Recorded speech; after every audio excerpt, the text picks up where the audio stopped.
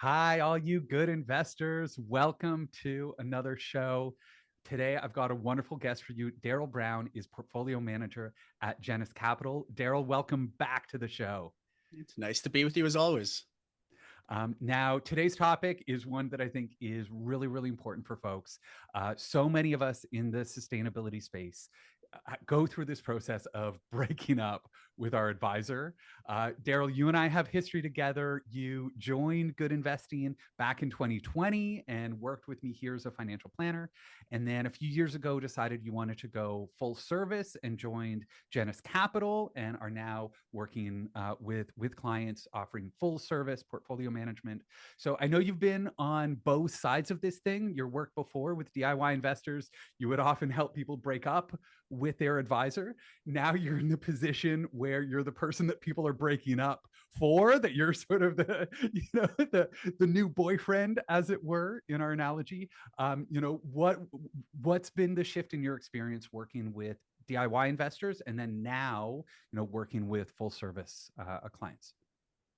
I think it's a really amazing sort of transition where nowadays people have so many options when it comes to how they handle their money. And I think they're really getting to understand that there's a path for them. It may not be the exact same as their family members or their friends, but I think they're really coming to understand that there is a path that makes the most sense for them. It can be the do-it-yourself route, and that's working directly with good investing to understand the options available to them.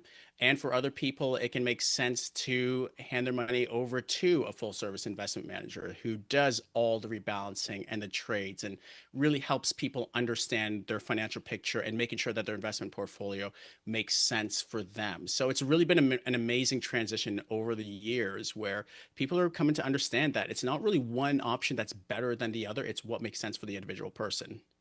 Yeah, totally. I mean, when I started Good Investing, I kind of had this Pollyanna vision that everyone should be a DIY investor, that was the best way to sort of, take full control of your money and do it Yeah. according to your values. But really, probably the biggest lesson I've learned over the last 10, 15 years is that not everybody should be a DIY investor, that a lot of people are very happy with an advisor.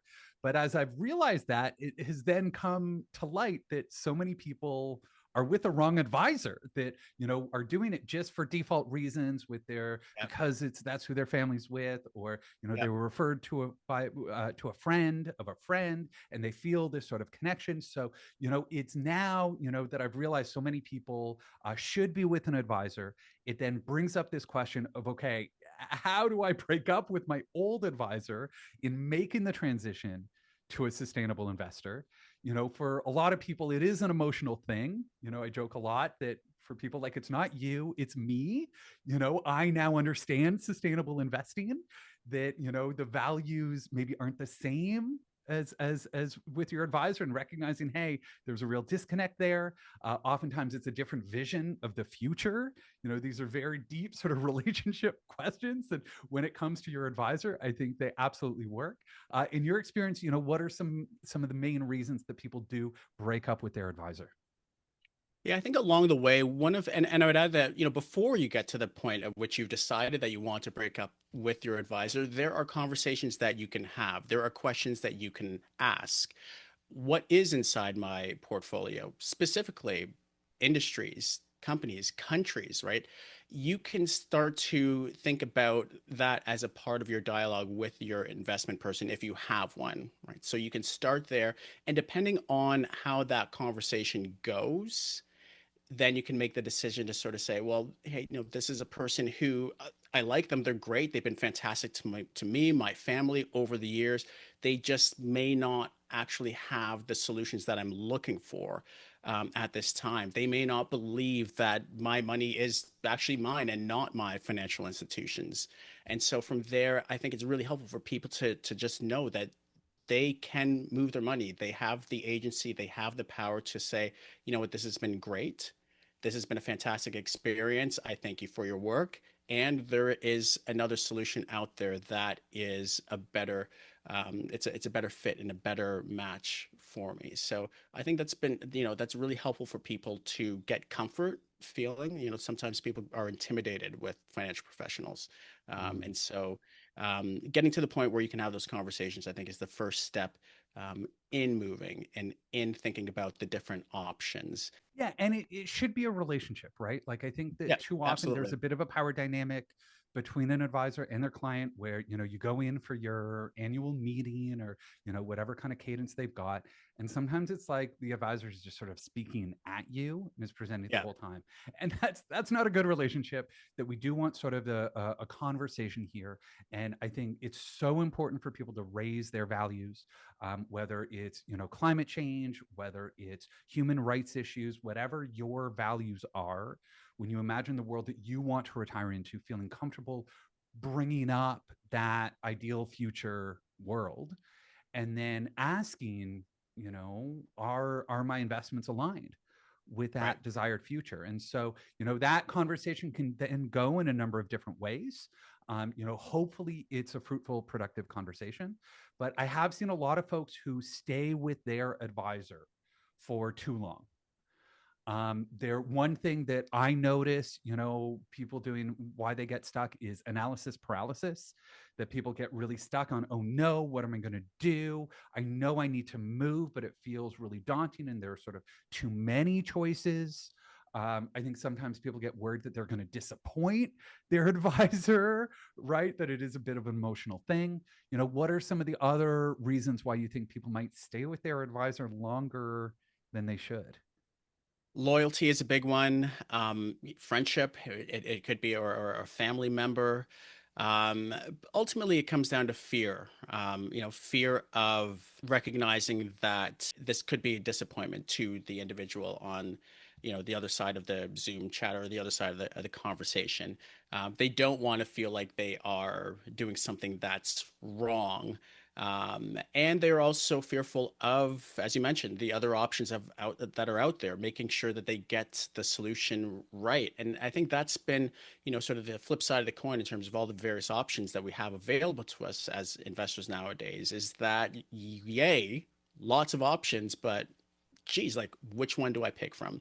And so that can cause so much analysis paralysis, so much fear and anxiety. So you load everything together, just the inertia of some of these relationships with either the individual or the institutions persisting over many, many years. And this becomes the kind of thing where people go, I can't deal with it right now. I don't feel like dealing with it right now. I'm just going to do it next week. And that turns into next month. And then you're into next year or so. And then we just reset it. And so there's so many different factors that I see. It's not just one or two, but a handful of them all conspire together to keep people in the status quo. Yeah, I mean that inertia piece of it, I think, is so prevalent. I think for a lot of us in sustainability or environmental, social justice circles, we are people pleasers, right? So the idea of letting someone down and having a difficult conversation, it feels like it's going to be really overwhelming. Yeah. I think it also kind of feels like a little bit of a leap of faith, when we're doing this, sort of a little bit, sort of jumping in the unknown. But that's why we're here. That's why Darryl and I are here, is to help you understand. We've kind of broken it down for how to break up with your advisor seamlessly in 5 easy steps. So we're going to break it down, try to keep it as simple as we possibly can. Step number one is to decide where you'll land, so that instead of jumping out into the unknown, right, we want to make sure that we do have our landing place well established. So for me, when I'm working with folks, this often means kind of shopping around and looking at the different options that are available.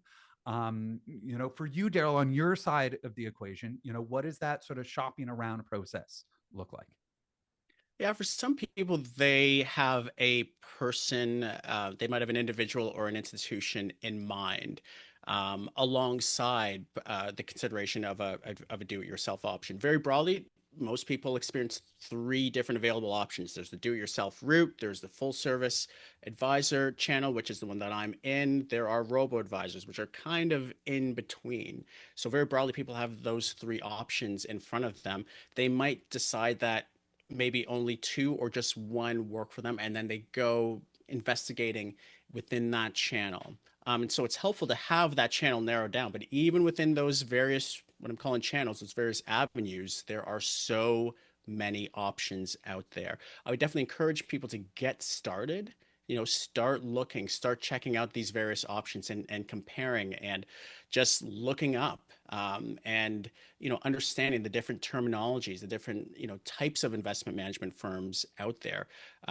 Hopefully that's a positive experience. It can sometimes be overwhelming, and I would add it's fine to absolutely reach out to me, and have just a casual conversation, right? And not in a way that's like, hey, you absolutely should become a Genus client. Hopefully you do.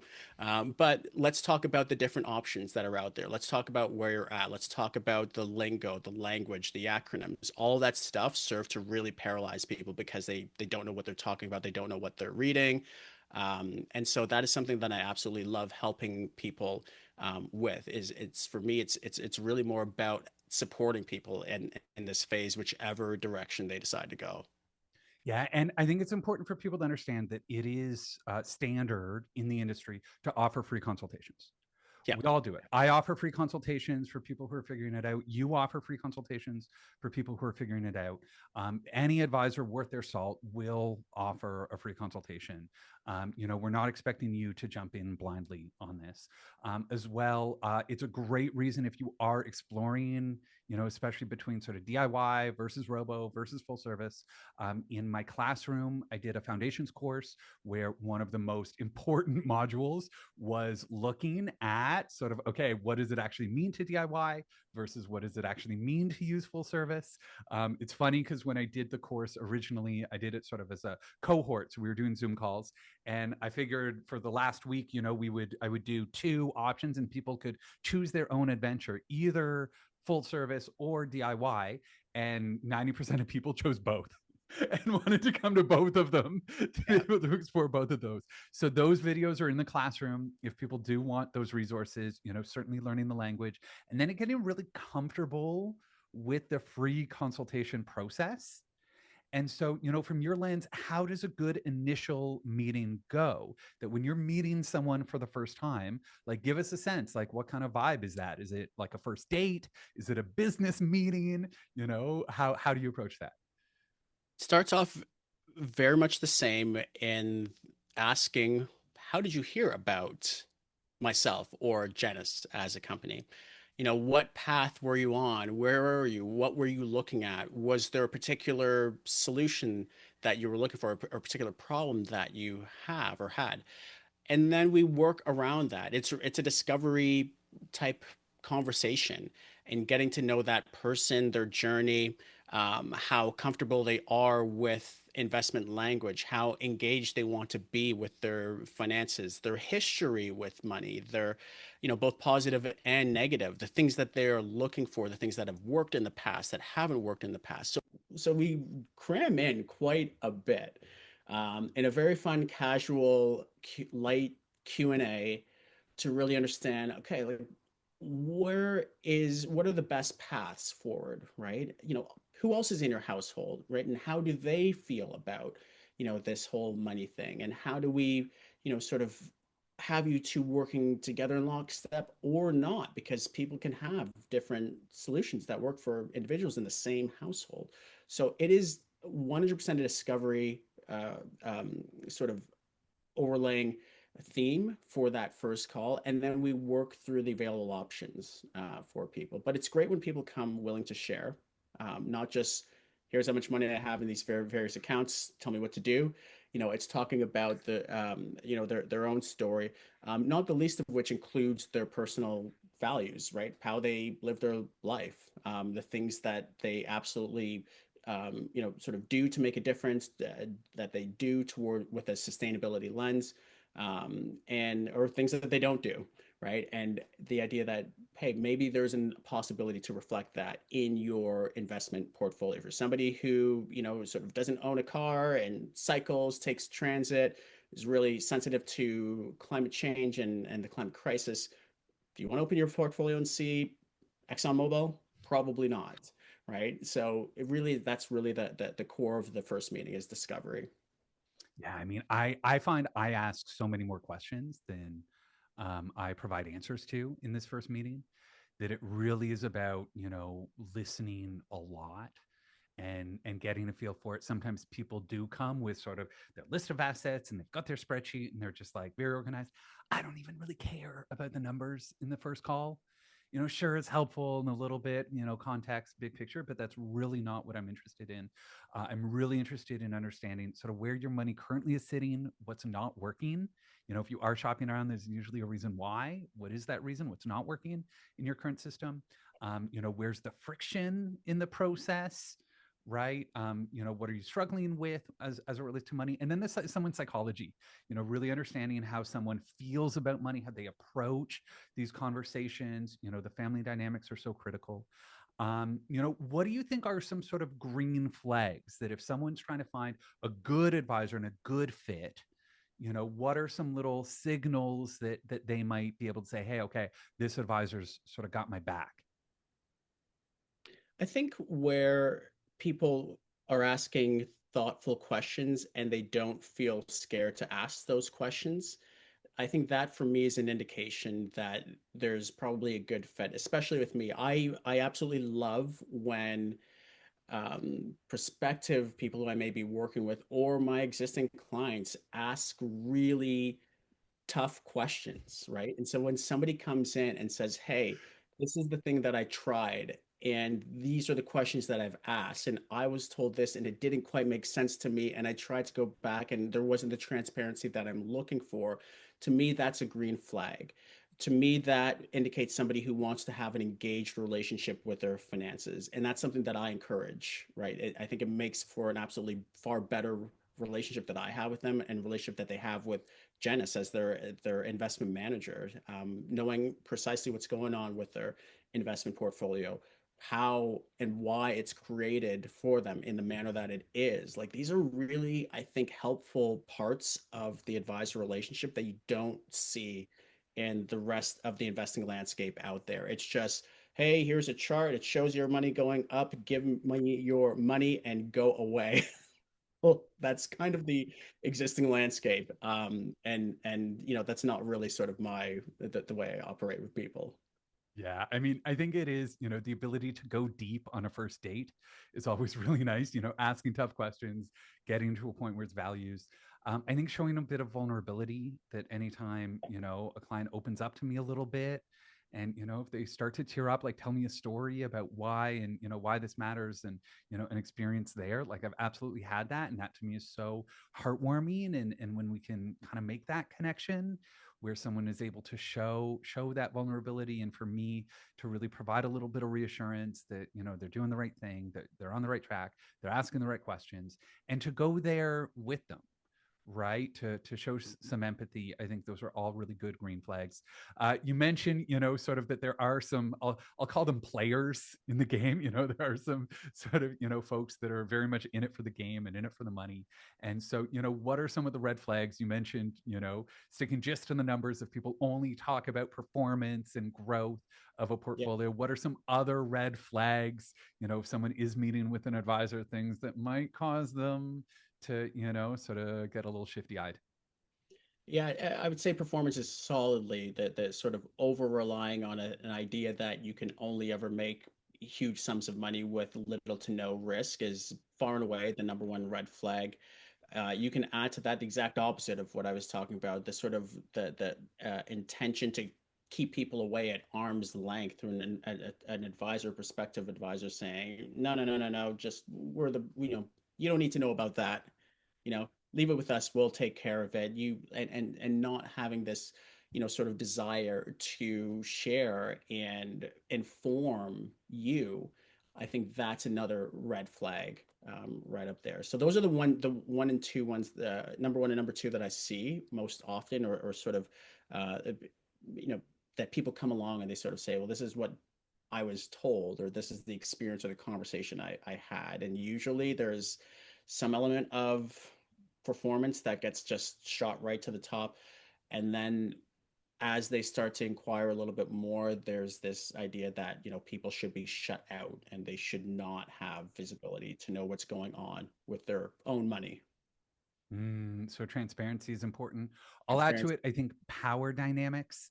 I Yeah. think that oftentimes in that first first date or that initial consultation, if you notice someone is really sort of talking down to you and presenting Yep. themselves as like the expert and the be all end all, and oh, you don't know, but I know, right? And then also pressure that, oftentimes it does take a couple conversations before someone's ready. Yep.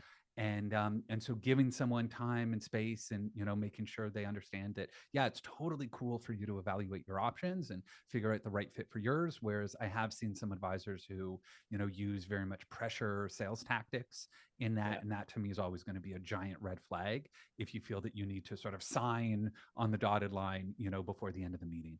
Yeah, I would just, yeah, add again onto the fear aspect, right? If you have someone who's kind of fear mongering you and saying, "Oh, don't do that because that's going to happen. Come with us," like, that sort of one-sided fear evoking argument that some prospective advisors use is again another red flag. No question. I will bring up the last thing I want to bring up, because it can be a bit of an awkward thing, is around fees.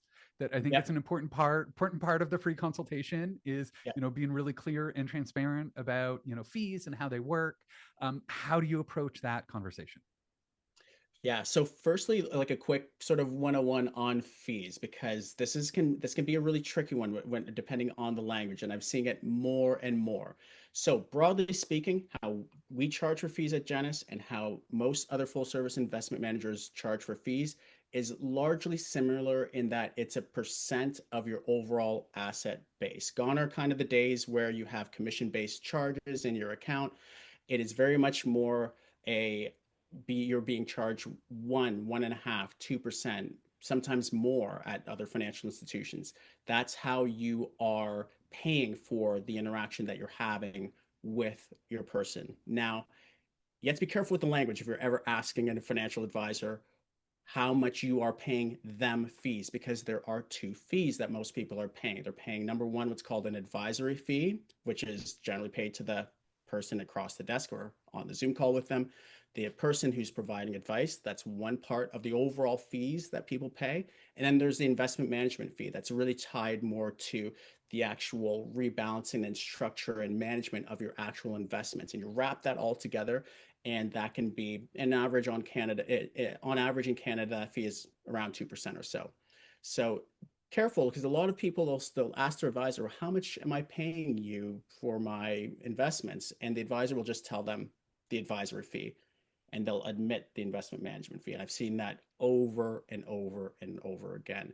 At Genus, again, we charge on a percent of your overall asset base, and that percentage differs depending on how much you have. It tends to largely go down the more money that you have invested with us, which is the incentive to sort of consolidate everything with us.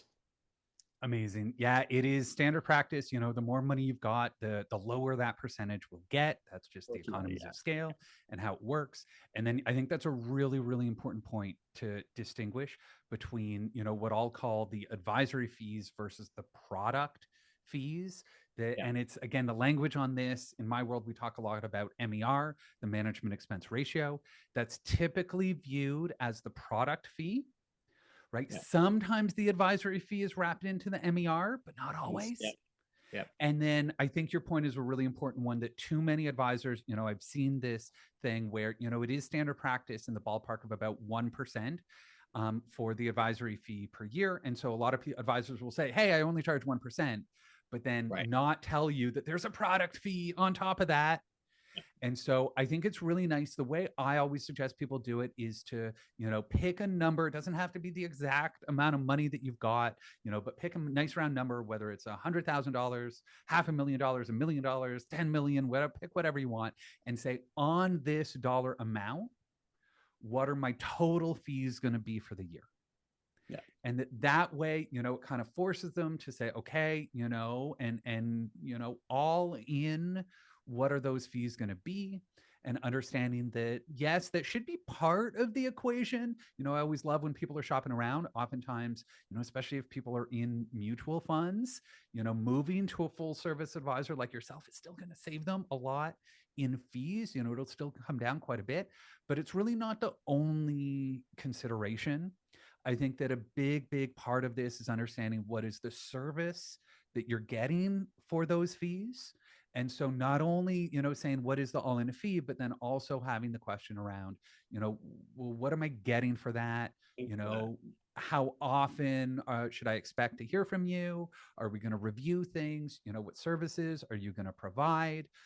I think that it's not only about getting the lowest possible fees, but it really is about getting the most value for your fees. For sure. And I see that across the landscape from people who are not having the required, or I think are required conversations with their advisor on how much should I be setting aside in my various accounts? Will I be able to retire at such and such an age? Or if I'm in retirement, how do I withdraw funds from different accounts to fund my expenses? Can I spend more in retirement? Should I spend less? What happens when I reach age 80 or whatever it is? Like all of this sort of conversation and planning work, I find is omitted from so many relationships that people have with their advisor, who at the end of the day has kind of only really acted like a sales agent for them, unfortunately, right? They've sold them the investment product. That's it. Yeah. You get a call once a year, maybe twice a year, just being like, are you contributing more? How are things going? Your portfolio looks swimming, but we're not talking about people from a holistic standpoint. And so fees are not in and of themselves a bad thing, but what is it that you're actually getting for the fees that you're paying? And it's a nice thing to be with a company like Genus that really takes a holistic view of each person and the things that they need. And they differ, right? People, the needs of somebody in their mid 20s are going to be different from my clients who are in their mid 70s, right? Yep. They're going to be No completely question. different, different from their families who are in their 40s with, kids or not, but trying to get to retirement. All of that requires extra care, support, and work. And hopefully people are getting that. If they're not, then that's when you start to I think, reasonably question the fees that you're paying. No question. And that is a bit of a problem with, you had mentioned sort of the move from commission based to this notion of fee based, or this sort of advisory fee, where, used to be that the incentive was, the broker would get on the phone and every Thursday would be like, okay, Darryl, I want you to buy, I want you to sell, I want you, because that's how they made their commissions. Now it's this flat annual fee. But again, my fear is that the incentive there is for people to be able to get clients in, charge that fee, and provide the lowest level of service possible while still charging that fee. Yeah. So, I think it really is incumbent upon, us as investors, as the clients, to make sure that we are getting the most from that and working with someone who is, really sort of earning those fees and going above and beyond. Yeah. Another awkward part about that fee setup, and this affects the entire industry, is when clients are in the phase of life which you and I know called decumulation, right? And when they get to the point at which they're probably retired, not working, they've got financial resources. And so, how do you know and how do you trust that the advice that you're getting from your person, which is affected by the amount of money that you have, how do you know that that's advice that's within your that's in your interests, right? And I very much have Yeah. people who want to work with me because they've been talking to their advisor, and the advisor does, we talked about different things that they can do. They do the fear thing. Oh my God, you're going to run out of money. Or, oh my God, do not take more money out of your investment portfolio. And it's like, well, you've worked hard. You've worked your entire life to accumulate this money. You should be spending it. There should be an assessment to understand what's a sustainable spending rate, and there should be a transparency to understand how that spending may or may not affect your financial picture overall. But my fear right now in the industry is, as our parents effectively, they move into and through retirement, that they're going to be receiving advice that is not in their interests. Why? Because an advisor saying you absolutely should take more money out to give to your local charity, or to retrofit your home, or to go on a vacation, that is actually going to negatively impact the advisor's compensation. It's kind of like an awkward phase, an awkward thing that's happening right now, I'm finding, with primarily the boomer generation of Oof. investors. Oof. Okay. Yeah. Good thing to keep in mind. So we talked a lot about it, but again, this is the biggest part of the process. This is the stickiest wicket in terms of our 5 easy steps, breaking up with Yeah. your advisor, figuring out where you're going to land, right? So I think now people have a good idea of, how to shop around, what to expect from that conversation, some green flags, some red flags. Let's move on. That now that once you've decided, we've said, okay, Darryl, you're the guy, I'm going with you. That first date went so well that I'm ready for a little bit of a commitment. I'm going to switch everything over to you. That's when I believe the next step is to open up your new accounts, that you would have sort of a client onboarding process. Is that right? That's right. And what that process looks like is effectively three distinct steps. The first is identification. And so we ask quite a number of questions: SIN number, birthday, where you live, who's in your household. So, that from an identification standpoint, we are required by law to ask in order to open up your investment account. The second thing that we do is we create what usually ends up being the mirror accounts of the investments that they currently have. So if somebody has an RRSP and a TFSA, we would be opening up for them a Genus, an RRSP and TFSA account. Think of those as kind of buckets now that have been created for them. Those now become the destination accounts for their funds, which at the moment are with another institution. The third thing that we do in that account opening process is put together the transfer paperwork. So based on someone's investment statements, our team puts together the paperwork. The client, you or the prospective client, signs off on that transfer paperwork. It's sent to the sending institution, so that person's existing institution. They are required to respond to it, and they're required to actually transact that information. So they're required to actually send that information. It's not a request, it's not an ask, it's a demand. It's your money. You sign off on the transfer paperwork. And if you've got money in your RSP and TFSA, we send that to them and say, send that money over to us. And so it's transferred, not withdrawn. And I want to be really clear and careful about the terminology. It's not withdrawn from those accounts. It's simply transferred to another institution, still inside the RSP, still inside the TFSA. So it's not a withdrawal. Awesome. Okay, great. So, really important for people to understand, you're the one as the full service advisor, you're sort of the one leading this charge, right? That it's, they don't have to like worry about anything. You're the one setting everything up. They are going to be required to provide the, photo ID and the SIN number and, old statements so that we know which accounts to mirror. But once you've got all the information, you're then very much going to be leading that process and really submitting everything for them. Is that Yeah, right? and that's right. And for the DIYers out there, part of that process is selling their existing set of investments, Right. because the yourself brokerage accounts, they will not do that. That's something that you have to do first, and then we'll be able to move that cash over into the same account. Amazing.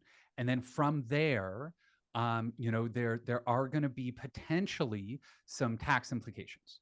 So I think that, as it relates to that process, help people understand. I know this can be a big barrier for people at the start of the process, worrying about, Yep. oh no, taxes, I'm going to get dinged by taxes if I switch advisors.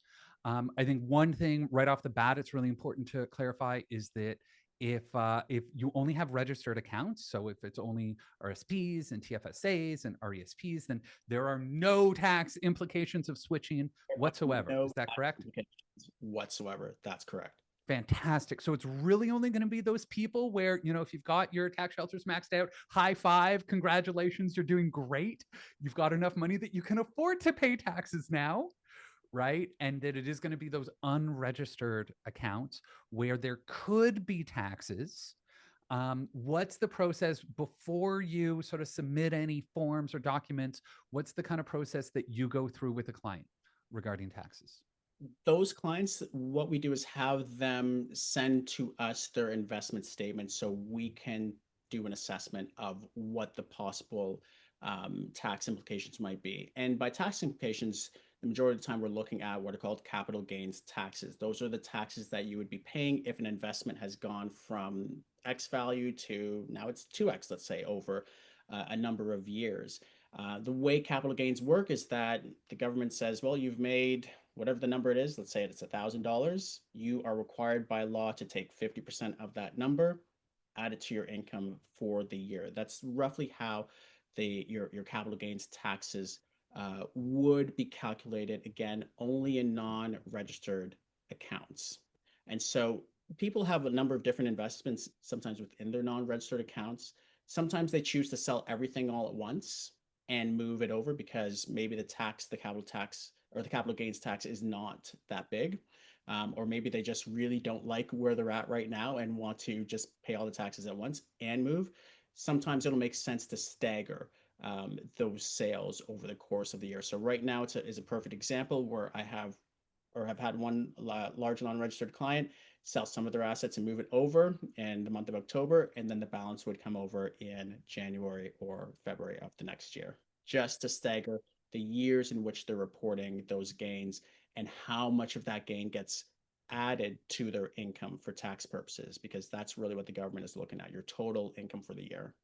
Yeah. And so by spacing it out over 2 calendar years, we can kind of, reduce those taxes, keep you in a slightly lower tax bracket. That's one tactic.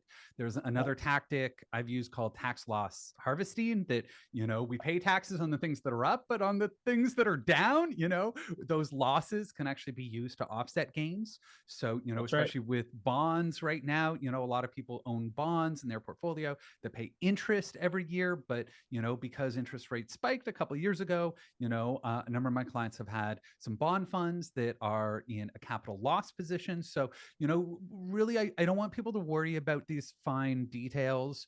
Really, I think the big thing is to understand that, as a full service advisor, you'll handle that tax We do. planning before a penny gets moved over. There'll be that assessment done. And, again, there should be some transparency here to be able to say, hey, here's what the expected tax implication is going to be.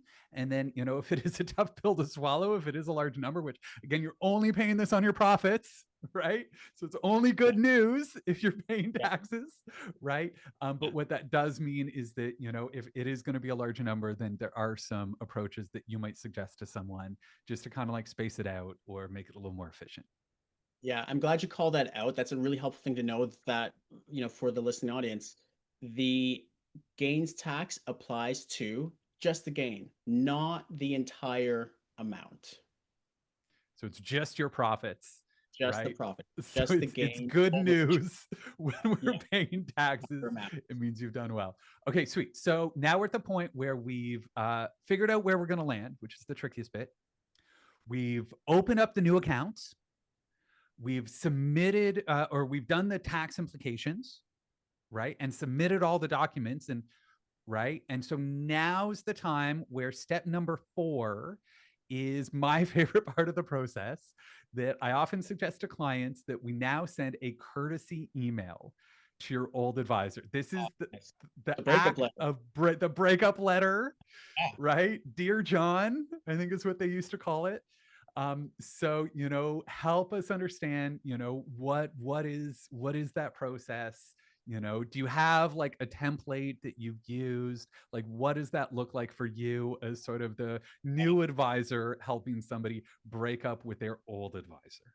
Let me pull up a template that I've used Amazing. because yeah, and hopefully, here's my hope that people have had a kind of relationship with their financial person that they feel that they should say, hey, they should say something. Let's put it that way.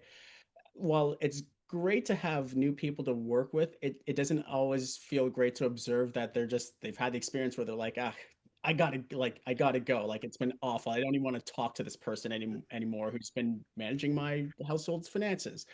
But You yes, don't want them to ghost the old advisor, is what I'm I would hearing. hope that the experience isn't that bad. Let's put it that way.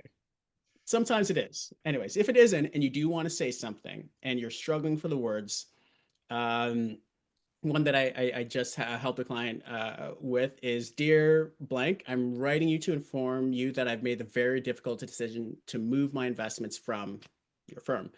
The decision to transfer out my investments is in no way a reflection of the relationship we have built over many years. As you know, I'm passionate about supporting sustainable initiatives along with those which generate a positive social and environmental impact. After much thought, I'd like my investments to better reflect those values. I appreciate your care dedication, and years of service. Thank you, with gratitude. Right. Beautiful. That's what I hope people send. And the hope is that the relationship has been one that has been positive over that time, where they've or their families have felt supported over that time. And it's just a different fit that makes sense at this existing junction. Now that there are more options out there, now that there's more confidence and more understanding that yeah, your investments can reflect your values and not sacrifice financial returns. And maybe that existing relationship doesn't afford that possibility. And it's time to move on and move in a different direction. Amazing. I love it. I think that's a beautiful letter. I think that's a really nice You sentiment. seem like you might kind of tear up. Just a little bit. Well, I mean, it's just more, but it is, there is something really special about someone's Yeah, relationship, totally. and Totally. I think acknowledging that and reflecting that, and I think is really, really quite beautiful. Yeah, And I think that it is nice that in an age where too often things are very transactional, and in an industry where things really are transactional, I agree. I agree. I think it just is a really nice way to sort of wrap up what should be a very thoughtful process. And I think it gives closure not only for the advisor, to be able to say, okay, great, I'm now going to expect these transfer forms to arrive. And I'm not gonna, I'm not gonna sit on them. Like I'm actually going to do it right away. And it shows sort of some care in that relationship, but also for the person switching. I think there is a real sort of emotional component to this, and so I think it's a really nice way of sort of putting a bow on this process. And Absolutely. then, Yeah. the last step is, so once that's done, then understanding that it doesn't happen overnight, that there is sort of a waiting period before, the money actually gets moved over. How long should someone expect to wait? Once we have everything signed off and sent, and once receipt has been acknowledged by the transferring institution, it'll happen within about 5 to 15 business days. I think Okay, nowadays we're kind of right in that middle part, and sometimes it's not all at once. Sometimes it can be account by right. account, sometimes several accounts, and there are a few different people in there. It's spouse and kids, and it really all depends. But somewhere between 5 and 15 business days. Sometimes it's a little faster than that. We've had them turn around in 2 to 3 days. To our surprise. But yeah, Amazing. it can and does take a little bit of time after that. Amazing. Okay, sweet. So just to recap the 5 steps, 5 easy steps to break up with your advisor. Number one is decide where you're going to land. Number two is to open up your new accounts. Step three is to consider the tax implications. Once everything's been signed and submitted, then you're going to, step four is send a courtesy email to your old advisor. And step five is to wait patiently, that sort of 2 to 3 weeks for everything to arrive. Am I missing anything, Darryl? I don't think so. I think congratulate yourself. I Yeah. think maybe that's, Yeah. I mean, at Yeah. that Take point, yourself out to a nice dinner or yeah, something. it's This is a a big lot of, deal for a lot of people. This is something that's often been on their to do list for a very long time. Right. And you do have to push through some emotional barriers in order to achieve this. So I do like that as a final step, is to celebrate and just feel good knowing, especially if you're doing it for sustainable reasons, for values alignment. It really does feel good once that shift has been made and you've yeah, actually sort of divested from fossil fuels, or you've gotten out of weapon manufacturers, or whatever the issue that was really the sort of impetus for this process in the first place. I think it's really important for us to celebrate those wins, and especially celebrate our money wins. So I do love that idea of celebrating. yeah. Absolutely. I'm very privileged to be in the position where, I get to ride alongside, people who are finding this and the confidence in this new sense of agency when it comes to who they are as an individual, and then, how they show up and how they reflect that in everything that they do. So it's really an amazing, sort of process to go through. It can be sometimes technically challenging, and, sort of finding the forms or the lingo. Definitely it can be stressful, amongst all the other stresses that people are dealing with. But it is absolutely fabulous to be working with people at this, especially at this phase. Yeah, and it's nice when there are people knowing that you're not going to do it alone, that you've got me, you've got Darryl, you've got sort of whoever you need as help, as support to kind of get you through to the other side. Really want to encourage people know that, Darryl and I are both well set up to offer free consultations.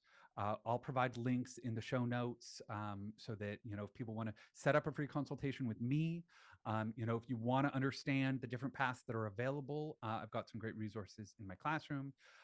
Darryl, we've got a link for people to set up a free consultation with you. So we'll make sure that we make that available.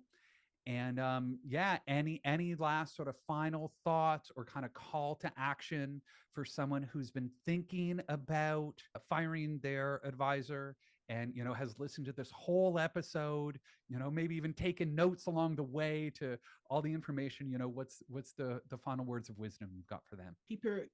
No, Ari, in the background. Um, Keep your momentum up. I think that's my piece of wisdom. You can very much find hurdles and barriers along the way, but keeping your momentum up is helpful. If you're struggling to do that, you can reach out to either Tim or I, and we'll just have a really casual chat to figure out how we can best keep you moving along this process. Amazing. Well, Darryl, thank you so much for joining us today. Love all of your wise words. I know you've stewarded so many people through this process. Darryl Brown is portfolio manager at Genus Capital. Really appreciate you taking the time.